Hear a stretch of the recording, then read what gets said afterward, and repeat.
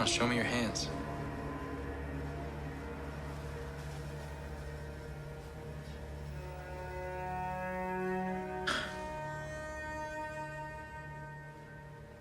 I'm fascinated with stories about duality because I don't think we exist as necessarily one thing all the time. Maybe we're brothers. We're not brothers. We're not brothers.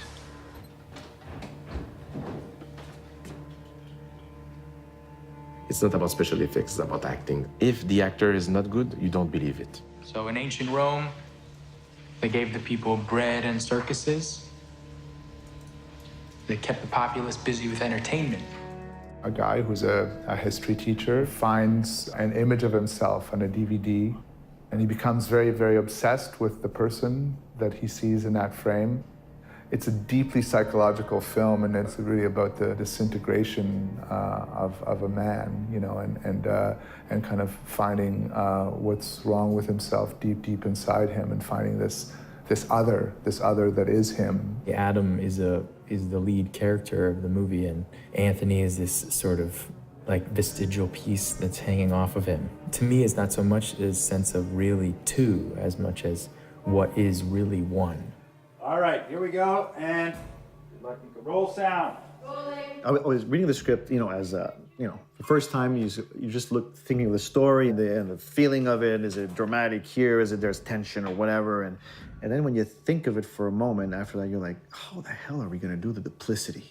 How are they gonna meet one in front of the other? How is that gonna feel? Now we're gonna use a special technology, special Canadian technology that, look at that, it works. Okay, Jake, come this way. So I had to have this C-stand with a tennis ball, and then I would go and see on the monitor that we had and find the shot that we had done previously of him and put the eye line in the right position. So I was always like giving him the eye line. With the Moses, which is the sort of remote control system, it was a very simple machine, just some tracks, and we had a real dolly pusher, and I was operating the wheels on the camera, so everything felt real. There was no huge machine that was going and that was pushing in. I think that when we do sophisticated movement, it's just, we feel the will of the director to try to make a moment instead of living through the moment, you know? He will do one of the characters, and then he'll put an earwig in his ear. They'll play that back, and he'll act against nothing, hearing the dialogue in his head, his own voice, and then he'll react off it. Maybe we're brothers. We're not brothers. How do you know? I don't know. A lot of stress and a lot of concentration's needed to do that.